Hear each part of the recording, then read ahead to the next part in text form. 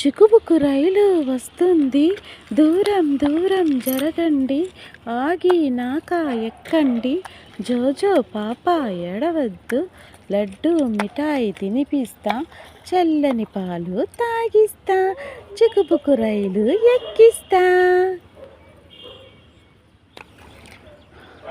చిక్కుబుక్కు రైలు వస్తుంది దూరం దూరం జరగండి ఆగినాక ఎక్కండి జోజో పాప ఎడవద్దు లడ్డు మిఠాయి తినిపిస్తా చల్లని పాలు తాగిస్తా చిక్కుబుక్కు రైలు ఎక్కిస్తా.